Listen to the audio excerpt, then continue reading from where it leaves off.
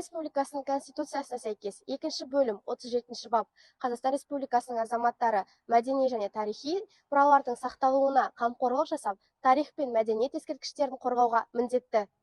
Сіз неліктен музейде қызмет етуді таңдадыңыз? Қазақстан Республикасының заңының 2 бөлім 24 бап әркімнің еңбек ету бостандығына, қызмет пенен кәсіпті еркін таңдауға құқығы бар.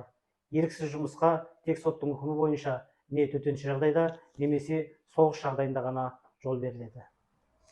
О, қыздар, жалақымыз түсті. Қанша түсті жалақың? Айтпаймын, айтуға болмайды.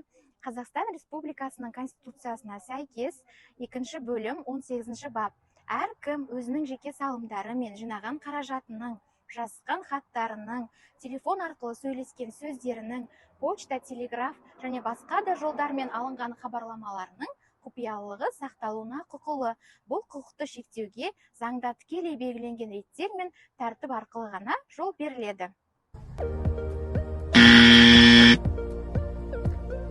Қазақстан Республикасының Конституциясына сәйкес 2 бөлім 38 бап Қазақстан Республикасының азаматтары табиғатты сақтауға және табиғат байлықтарына ұқыпты қарауға міндетті.